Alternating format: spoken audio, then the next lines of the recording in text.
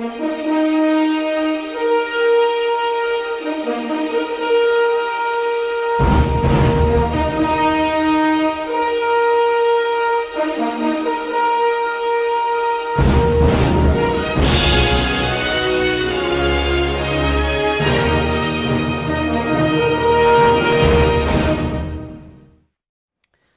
YouTube, aujourd'hui on va faire un petit tuto qui n'a rien à voir avec ce que je fais d'habitude.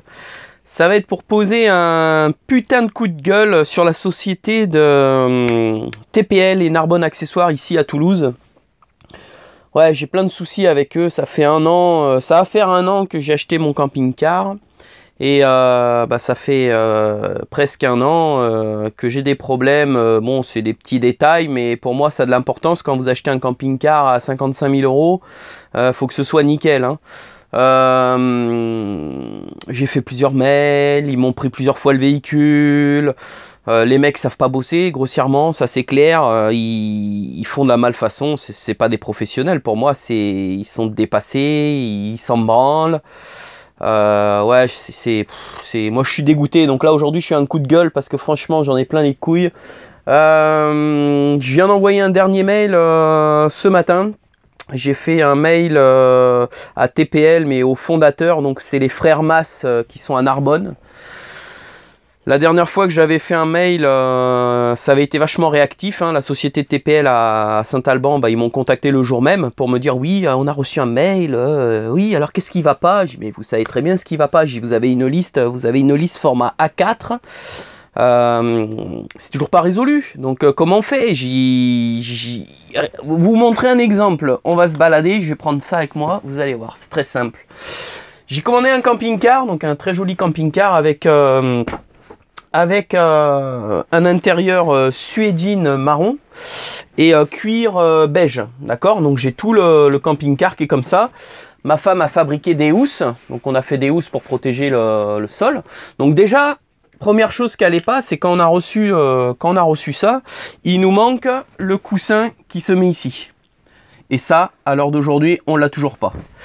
L'autre chose qui m'a pas frappé à l'œil tout de suite, mais qui m'a frappé à l'œil, c'est tout simplement les deux sièges conducteurs. Bon, là on a mis des housses comme ça, mais regardez, franchement, regardez, je l'ai même pas vu au départ. Regardez, c'est du tissu marron, donc je vais tourner, hop, voilà. Vous avez tissu marron et peau de pêche, donc c'est même pas l'intérieur qu'on a commandé. En fait, ils se sont trompés, et puis ils me disent que non, sur mon bon de commande, vous avez marqué la référence galésienne. J'ai dit oui, mais attendez, moi quand j'ai commandé le camping-car avec le vendeur, il nous a sorti la tablette avec tous les tissus, on a choisi ce qu'on a voulu, et ma femme et moi, on a commandé ce tissu-là. Il me dit oui, mais c'est pas marqué ça sur le bon de commande. J'ai dit mais je m'en fous. J'ai dit moi c'est votre problème. Chez moi, vous me mettez une référence. Je suis pas le mec qui vend le camping-car. Je sais pas à quoi elle correspond cette référence. Moi j'ai commandé cet intérieur. Alors il me dit oui, mais c'est pas le bon. J'ai alors expliquez-moi comment ça se fait qu'on a la moitié du camping-car qui est comme ça et l'autre moitié qui est de cette couleur-là. Donc on se bat déjà depuis le mois de août, depuis le mois de septembre. Pour ce problème-là. Ensuite, qu'est-ce qu'on a eu? On s'est pas fait, on n'a pas vu tout de suite.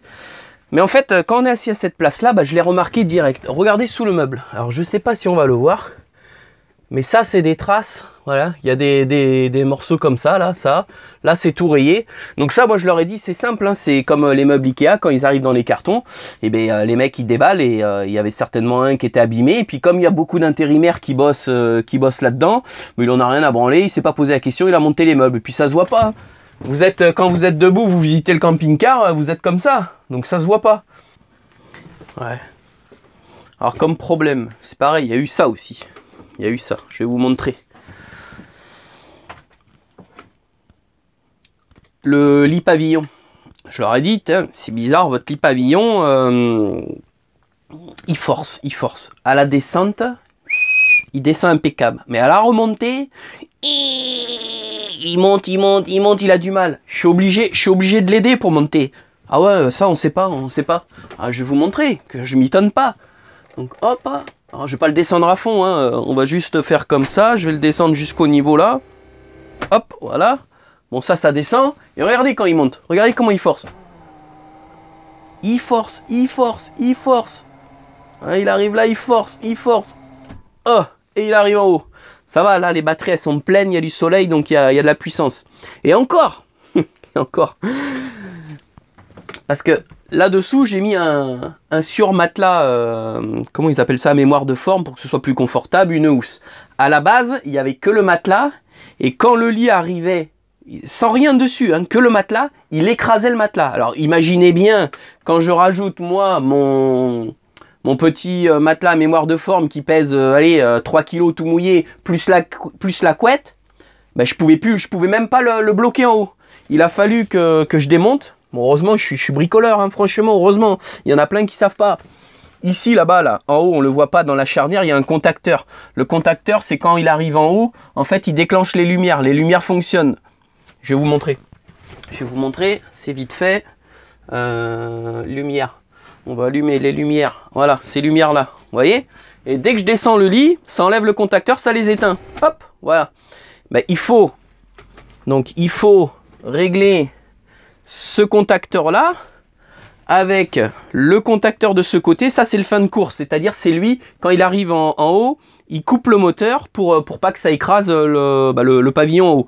Donc, il fallait régler les deux contacteurs à la même hauteur. Bon, ça, bon, je me suis fait un peu chier, mais bon, ça va. C'est réglé.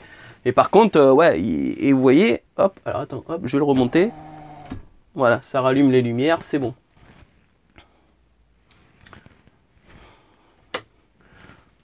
Enfin, donc il y a eu ça, il y a eu, j'ai eu un bandeau LED. Ça, ce bandeau LED, bah, il y avait 3-4 LED qui marchaient pas au milieu. Bon, ça, c'est la seule chose qui m'ont monté où il n'y a pas eu de retour. Il y a eu, j'ai paumé la vanne d'évacuation 2 jours après. Qu'est-ce que j'ai eu aussi? J'ai eu, j'en ai eu. Ah ouais, là, ça, c'était pas mal, ça aussi.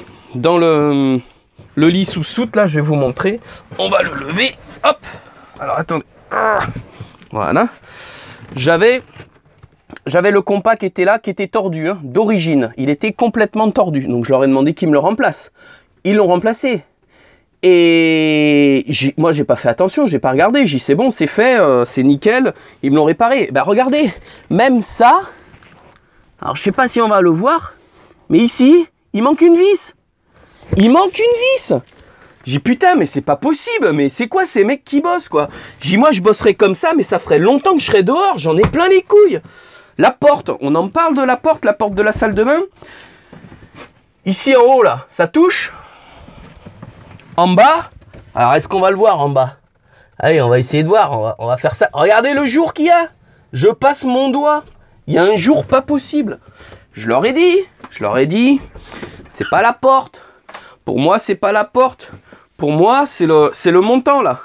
C'est le montant. Ils l'ont pas aligné. Ils l'ont pas mis de niveau. Ils l'ont pas mis de niveau. Là, on est bien parce qu'on est bien en appui. On est bien en appui sur cette partie-là. Mais la partie du bas, elle est décalée d'1 centimètre vers l'intérieur. Mais non. Qu'est-ce qu'ils ont fait, eux? Ils ne se sont pas posé de questions. Ils ont changé la porte. La porte, elle avait rien. Une porte, ça doit coûter, je sais pas moi, ça doit coûter peut-être 200 balles. Bon, je m'en fous, c'est de la garantie, mais quand même, j'aurais dit, c'est pas la porte le problème. J'ai dit, c'est le montant. Ils m'ont dit, non, c'est la porte. Bon, changer la porte. Ils changent la porte. C'est pareil. C'est pareil. La porte, elle a du mal à se fermer, suivant comment vous êtes. Elle s'ouvre. Et c'est pas tout. Ils me montent la porte. Et qu'est-ce qu'ils oublient de faire, ces bandes de cons? Non mais franchement, j'en ai plein les... Ils ont oublié sur la porte de me remettre les trucs porte-manteaux. Là, allez, 50 balles en plus. Ils me changent la porte, ils remettent pas ça. Sans déconner. Enfin bref. Dans la salle de bain, il y avait plein de trucs. Hein. La salle de bain, le montant là, il n'était pas fixé. Il bougeait. Vous le preniez, il faisait ça. Il n'y avait pas de joint d'étanchéité derrière. Donc vous preniez la douche, ça coulait derrière. Après ici, là, en bas, bon ça ils me l'ont rectifié, mais je l'aurais fait refaire 2 fois. Hein. En fait, la porte, elle arrivait... Je sais pas si on voit mon doigt. Elle arrivait à cette hauteur-là. Donc quand vous prenez la douche, et ben toute l'eau est passée comme ça. Donc là, ça a été rectifié. Ils me l'ont redescendu. Mais il a fallu que je leur fasse faire 2 fois. Ah, j'ai le micro qui s'est barré. Je vais remettre le micro. Je vais remettre le micro. Enfin bref. C'est... Si. J'ai pas de mots là sur ça. C'est vraiment... pour moi... Attends, je vais le raccrocher. Voilà. Pour moi, c'est des incompétents. Que ce soit le service après-vente ou le service vente, parce que bon, ils ont des directeurs mais ils répondent pas aux mails. Quand on y va, on gueule, oui, vous avez raison, on doit se mettre à votre niveau d'exigence. Pardon, ça veut dire quoi ça? On est casse-couilles? Non, on n'est pas casse-couilles, nous. On a acheté un véhicule à 55 000 €. On veut un truc neuf, un truc nickel. Je dis, c'est pas compliqué. Je dis, moi, je suis mécanicien auto. Je travaille dans un petit agent. On vend des voitures neuves, mais quand les voitures elles sortent de chez nous, elles sont nickel, il n'y a rien à redire. Parce qu'elles sont contrôlées. Elles sont contrôlées. Et moi ici, je me demande qui c'est qui fait le contrôle. Personne. Entre ça et les mecs qui savent pas bosser, parce que pour moi, c'est ni fait ni à faire. Vous allez voir, on va aller faire un tour dehors. Mais bon, ça, c'est encore une autre histoire.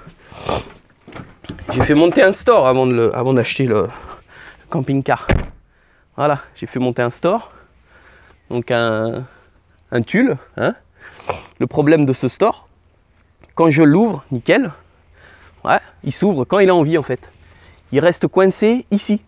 Donc je suis obligé de m'y prendre à 2 fois. Je le dégrafe, je le regrafe, je le dégrafe, je le regrafe, je dégrafe et hop, et là il descend.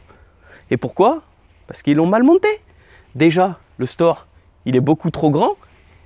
La partie qui est là, elle est en appui. Elle est en appui sur le joint là. Donc c'est simple à comprendre.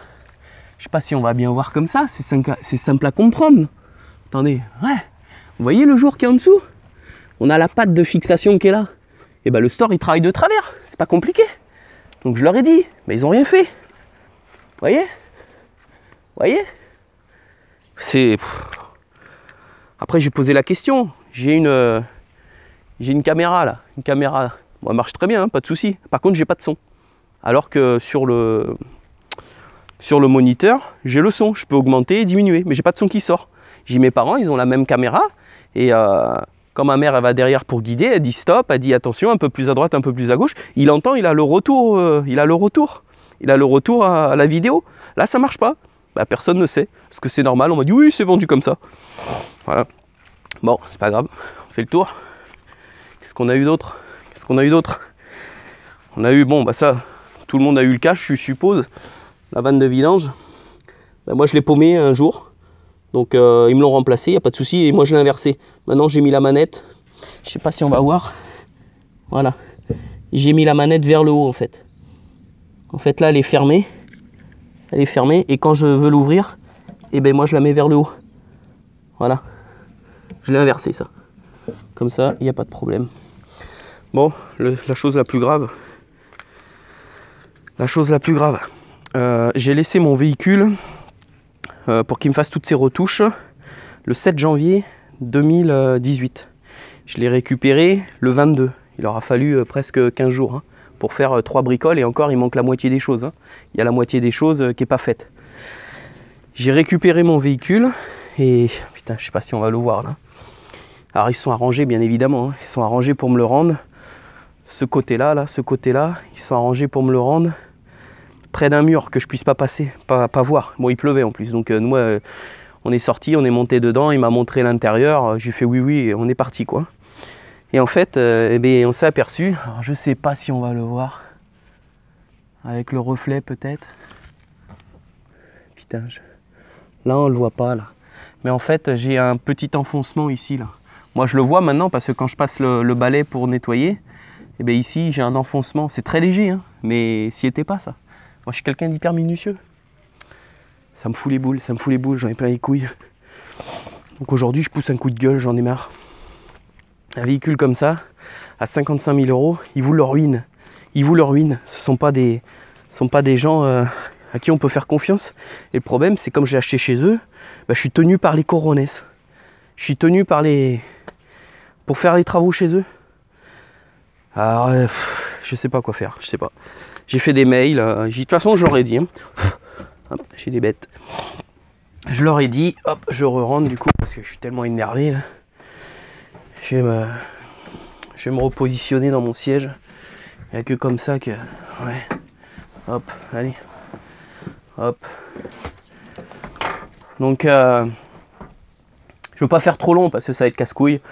J'ai fait un dernier mail, hein, comme je vous disais, j'ai fait un dernier mail et suivant ce qui se passe, suivant comment je suis contacté, s'ils font quelque chose ou pas, et ben j'irai en poursuite judiciaire et administrative. Je pense que de toute façon,